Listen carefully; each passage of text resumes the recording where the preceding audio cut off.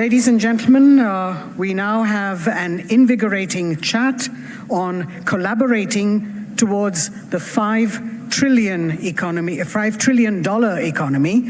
Mr. Ajay Harinath Singh, the Chairman and Managing Director of Darwin Platform Group of Companies. DPGC is a leading Indian global business conglomerate with its 21 associate companies and operates in about 11 countries, and has entered into several sectors including finance, banking, healthcare, aviation and aviatronics, shipping, realty, retail, infrastructure, energy, information technology, and mass media.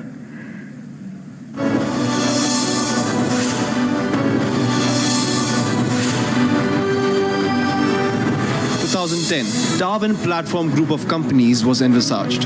It quickly diversified across 20 different verticals. They believe in nation building through innovative business models that help in generating employment and wealth. With their foray into EVs, defense, retail, and infrastructure, the group is on the cusp of creating millions of opportunities and helping shape India.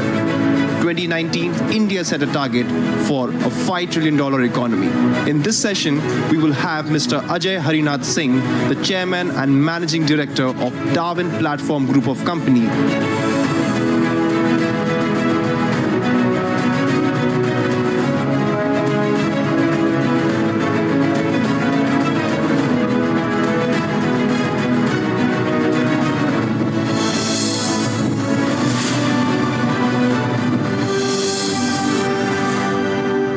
Invite on stage Mr. Ajay Harinath Singh and the Republic's Executive President, Dr. Bhaskar Das, who will be having a conversation with him.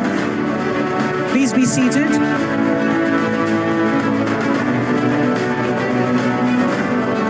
Ladies and gentlemen, please be seated.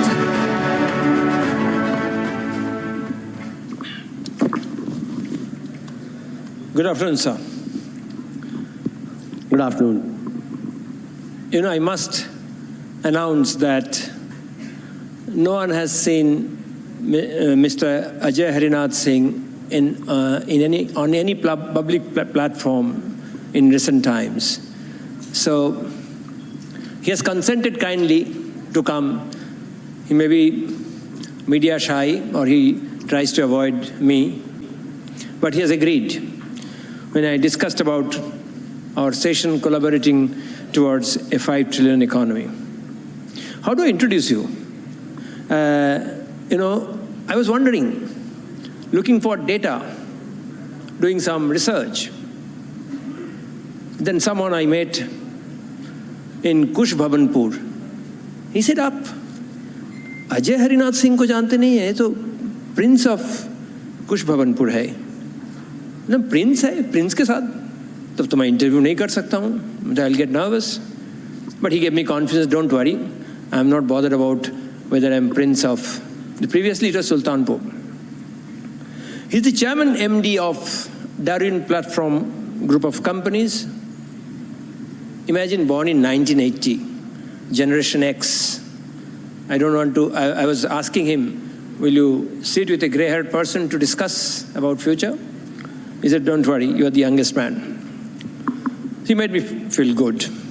He grew up in a family that specialized in mining, shipping, agriculture, and finance. Darwin Group became a public company in 2010. The company has branches in London, Netherlands, Italy, Spain, Russia, Germany, Hong Kong, US, China, and Dubai. I'm getting out of breath. Singh developed the company into several sectors, including pharmaceuticals, finance, banking, mining, realty, information technology, and education. How do you get so much time? He always tells me I have a core philosophy. Nation building by wealth creation by the company and its partners. Around 2.5 lakh entrepreneurs working with the Darwin Platform Group of Companies across different sectors. I can go on talking about him, but he's a shy person, so I don't want to expand beyond this. So before I ask you questions, tell me, how are you liking to be, for the first time, on a public platform? Thank you very much. The India Economic Summit, so India's best and inaugural summit. Thank you very much for calling me for this summit and calling me for the, by the name, introducing me, Prince of Sultanpur, now known as Kush Bhavanpur, the name given by Shri Yogi Adityanath ji. The family lineage comes from Raghuvanshis, Lord Rama. So being the descendant of Lord Sri Ram, the Lavas clan, Ishwanku, so feel proud and privileged. So thank you very much again for calling for this.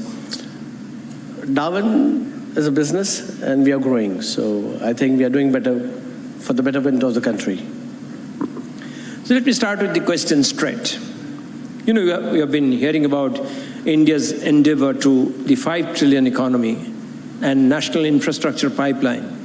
How is Darwin Group drawing out its plans to make this an equitable access to infrastructure and ease of living? Or is it too ambitious? So economy is something which as an individual, I don't believe in any kind of economy, especially. With my group, I go on with a circle on ambition of making money. On a daily basis, I prefer people understanding that the calculation does not overreact on personality. So when you say $5 trillion economy, it's like the numbers go like 6, 9, 12 zeros. And then you can go up to 101, quadrangle and much more. Does it really value your economy? No, it does not value your economy. What value is how much money you saved while earning. I can give you an example very clearly. If the government of India, like our Honorable Prime Minister Shri Narendra Modi, he said that Indian government will become a $5 trillion economy. India is not an emerging country anymore. It's already emerged, one of the biggest leaders under his performance. Now, if you see, the economy has to be just stagnated and sent in one direction, not in the direction of only GDP. Because if I go for GDP, it's like there are services. If I go for services, there are services like banking sectors. If banking sectors can revolve the whole economy 3 times, we may go more ahead than $5 trillion. Darwin platform does have a bank. We have a Sarvodaya Cooperative Bank. We have an NBFC also. And I think we are contributing much more than any other organizations in Indian.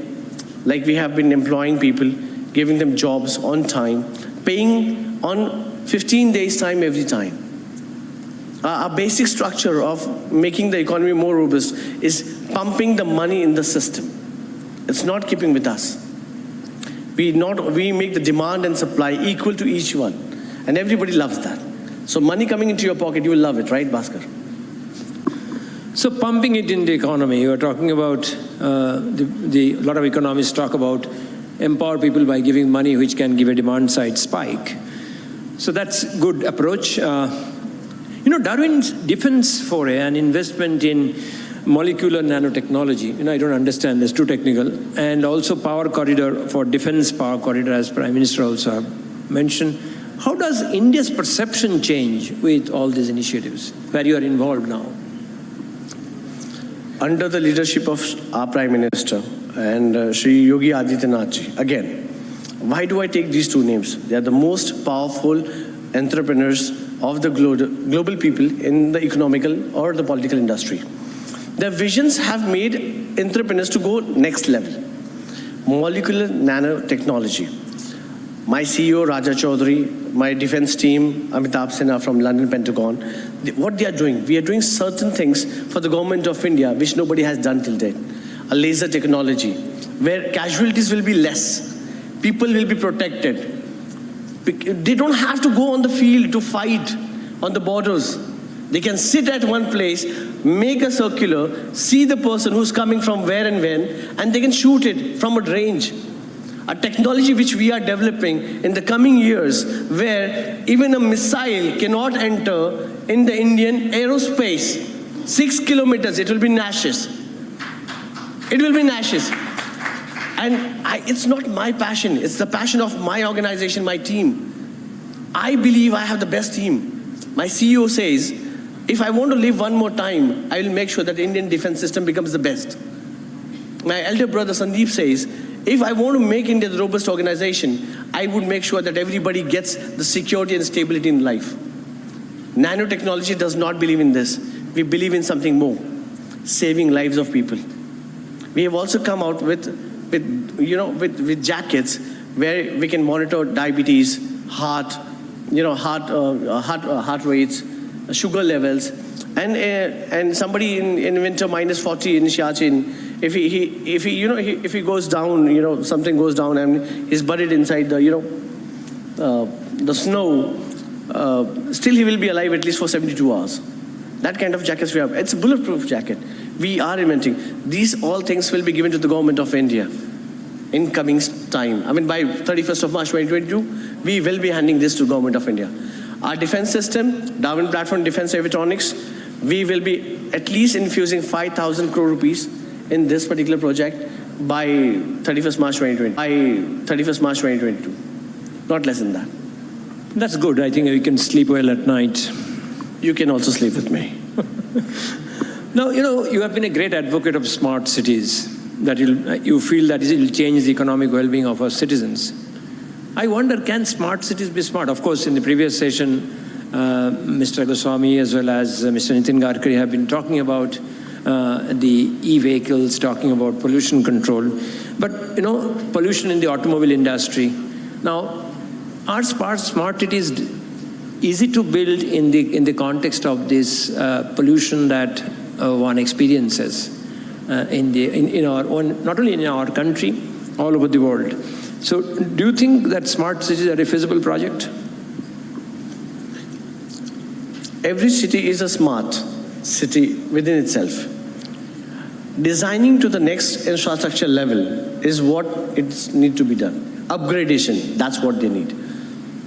Now, to make a smart city, what do you require the most? The best of infrastructure, the best of schools, the best of hospitality, the best of banking sector, ease of living, hospitals, every single thing, roads. That's what smart city requires, nothing else more than that. But what you require the most is the climate change, non-pollution. That's what you require. Right now, a few minutes ago, you guys heard our Honorable Minister, Shri Nitin Gadkari ji. He spoke about hydrogen, EV vehicles, electronic vehicles. Now, as Darwin platform, we are not only entering into smart cities, we are also entering into electronic vehicles. We are coming with cars, of hydrogen cars, where the CO2 level emitted by the car will be less than 5%. And the average use for petrol will be what? 10%? You will be saving on your fuels like anything. You don't need to scrap your cars. I've been hearing from the government that saying that we need to scrap the cars. Why you need to scrap the cars when you can alter the car? Don't need to do that. It's an easy job. In smart cities, this will make the major role. The ease of living, the ease of traveling is the most important factor. Somebody is sick and you are waiting for something to go ahead for a petrol pump and a diesel. The prices are high. This will cut down the costs. Hydrogen is the next level of game. In smart cities, climate change has to be done. It has to be taken care. Smart cities should not have metros more. They should have more of convenience. How you want to take care of it? Thank you. That's very encouraging. Now, you have also forayed into retail and FMCG sector. They are one of the fastest growing. So what plans does Darwin Group have to leverage this huge potential that these segments can offer? So I get up in the morning, I need tea and coffee, I need egg, I need bread, and I need medicines too. I'm diabetic, I need insulin. So FMCG makes, it's the most needed sector. Retail is the most needed sector. You can't say that I don't need this sector. Everybody needs it. I mean, being a man, so the wife will call up in the night, she's like, are you coming back with the grocery or not? So you need this sector. It's the need of the hour. And I probably feel that as a Darwinite, we will be making this sector the most robust one. We plan to open up 1,000 stores by 31st of March 2022. And in this sector, what we are trying to do is we're going to give you a flat 15% discount on every product, whether it's a Nestle product or it's a, any product, Parle-G, anything, or even my product itself, of Darwin platform retail product itself, in which we also plan to employ approximately 10,000 people by 31st March 2022. Our retail sector is going to be in every city, and probably this will make the connectivity of every people more easy. My thought process with the product of FMCG will be is supplying the product at a cost value where the profit margin is only 1.25% and not more than that. So the prices will be not higher than 1.25%. That's what I feel so. And I think my team is with it. But it's a very competitive sector, and I don't know how you'll be able to manage with such low profit margin. And what is your motivation for doing that? I am happy. I have competition. I don't see that competition. Because my group is a debt-free group. We have just raised some funds a few months ago, just because a couple of people asked me that you need to have a credit rating, and for credit rating you need to have a debt. So we just raised few. A group of worth 70,000 crores, debt-free, I don't see any competition. If anybody wants to compete, please remove your debt and come to me and tell me if there's a competition. But competition is good. I have my own ocean. In my ocean, I don't see a competition. Okay.